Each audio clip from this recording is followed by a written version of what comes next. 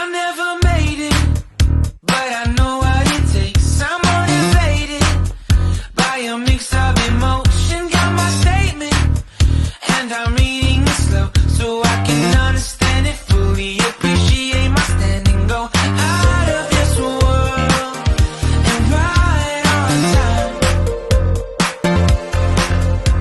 Oh, never in my life have I seen the sky light up like this. I'm far away from Earth and I wanna know if you exist. Mission control, do you read me? Send me my coordinates lately. Mission control, am I drifting? Tie me to someone who will love me. Yeah, wait, I think I'll last a bit longer. Fine. Welcome everyone, welcome everyone, welcome everyone to another Ref Brandon and the Todd Family YouTube video. Wherever you are, whatever you may be doing, thank you so much for making Ref Brandon and the Todd Family a part of your day. We always greatly appreciate it. It's a Tuesday, and today we're going to review the NASCAR weekend from Circuit of the Americas, or as they call it, COTA, out in Austin, Texas. If you have any thoughts on it, please feel free to let me know. I'll run down the top 10 from the truck race, the top 10 from the Xfinity race, and then the top 10 from the Cup race, and then I will give my thoughts on it. The truck race Saturday afternoon saw Zane Smith become the first repeat winner in the truck series this year, followed by John Hunter Nemechek, Kyle Busch, Ben Rhodes, and Chandler Smith. 6 through 10 was Christian Eckes, Tyler Ankrum, Carson Hocevar, Stuart Friesen, and Grant Enfinger. And then the Xfinity race from Saturday afternoon into early Saturday evening saw A.J. Allmendinger pick up the win, followed by Austin Hill, Cole Custer, Noah Gragson, and Sam Mayer. And 6 through 10 was Myatt Snyder, Brett Moffitt, Jade Buford, Miguel Paludo, and Sheldon Creed.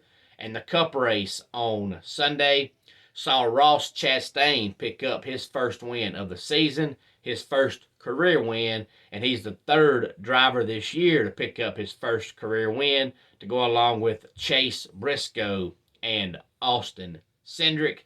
Alex Bowman comes home second, followed by Christopher Bell, Chase Elliott, and Tyler Reddick. 6 through 10, Ryan Blaney, Martin Truex Jr., Austin Cindric, Eric Jones, and Austin Dillon. There is no truck race this week, but the Xfinity boys and the Cup boys are both in action. Saturday at 1 o'clock will be the Xfinity race, and Sunday at 3 o'clock will be the Cup race, and both will be at the Richmond Motor Speedway. I thought all three races were really good. The truck race looked like Kyle Busch was going to pick up the win, but on the last lap, he was passed by Zane Smith while he battled for the lead, and it was a good race. Of course, we know Kyle Busch only races 5 or 6 truck races a year now because he owns that truck. He also owns the truck that John Hunter Nemechek drives, and he also owns the truck that Chandler Smith drives, and of course Corey Heim also drives some as well. But it was a good race. The Xfinity race was a good race as well, but of course the Cup race, since it's the main race, is the one that everybody is going to talk about. I thought it was a good race. A lot of people got upset about Ross Chastain spinning out A.J. Allmendinger to get the win. But I guess it depends on how you look at it, because the old school, older NASCAR fans should have really enjoyed it, because the saying back in the day used to be rubbing is racing, and that's what you got. But A.J. Allmendinger is the one that originally initiated contact when he passed Ross Chastain on the last lap for the lead. And then Ross Chastain paid him back by bumping him, and AJ spun out. and Ross Chastain comes home with the victory. Now, Ross Chastain said AJ owes him one, but now we know AJ only drives part-time, so there's no telling if or when he will get his supposed payback. But it was a good race, but I'm really, really happy for Trackhouse Racing because we know it's their first season in NASCAR.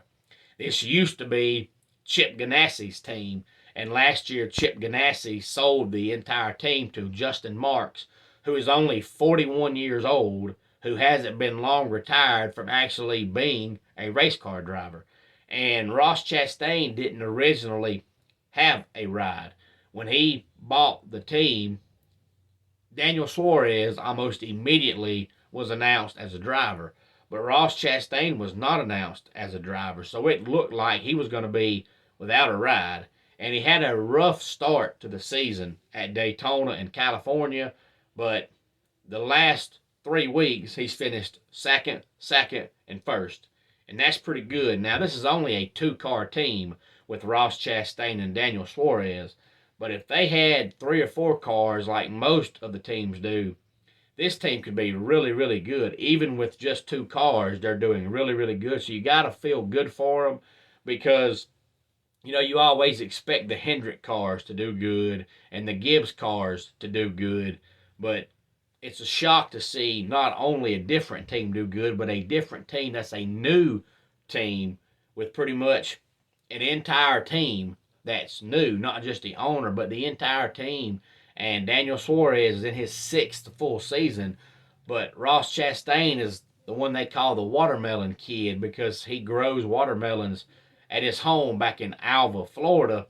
But to not only have a new ride with a new team, but to be 6 races in the last 3 weeks you've been second, and first, that's really, really good. And I know it's a long season, but unless Ross Chastain just falls apart, he's not only going to make the chase, he should be one of the final 8 drivers because he's been very, very consistent. And it would not surprise me at all to see Daniel Suarez pick up his first career win sometime this year as well with the way that team is running.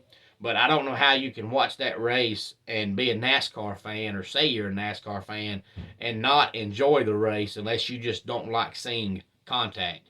And if you don't like seeing contact, you should go watch IndyCar or Formula One where they're not allowed to touch each other. Because if you think rubbing is racing, that's the kind of race that you should like. Not only did Ross Chastain spin out A.J. Allmendinger to get the win, but on the last lap, Chase Elliott also spun out Kyle Busch. And don't be surprised to see Kyle Busch get some kind of return or some kind of payback sometime this year. Now, I don't really know what the reason was, but all I know was they were battling for a top 5, and then Chase spun him out, and I think Kyle ended up finishing 28th, I believe. So he goes from a top 5 to a 28th in about the last half a lap, which is terrible. So it would not surprise me at all to see Kyle Busch get his payback sometime this year. Again, any thoughts on the race, please feel free to let me know. We've now had 6 different winners in the 6 races so far this year, which is the way we started out last year until eventually Kyle Larson just took over and started dominating. So I'm curious how many races we will get in this year before we see our first repeat winner. In the Cup Series, we've already had a repeat winner in the trucks and a repeat winner in Xfinity, but not yet in the Cup Series. Again, any thoughts on it, please feel free to let me know. And back in action this weekend, Saturday and Sunday at Richmond Motor Speedway. Let's go ahead and get our dad joke of the day in here. Police have arrested the world tongue twister champion. They said he will be giving a tough sentence. And that wraps it up for today's Ref Brandon and the Todd Family YouTube video. Until next time, it's Ref Brandon saying, just like in pro wrestling, life can be over by the count of 3. Tell your friends and family how much you love them. Bye.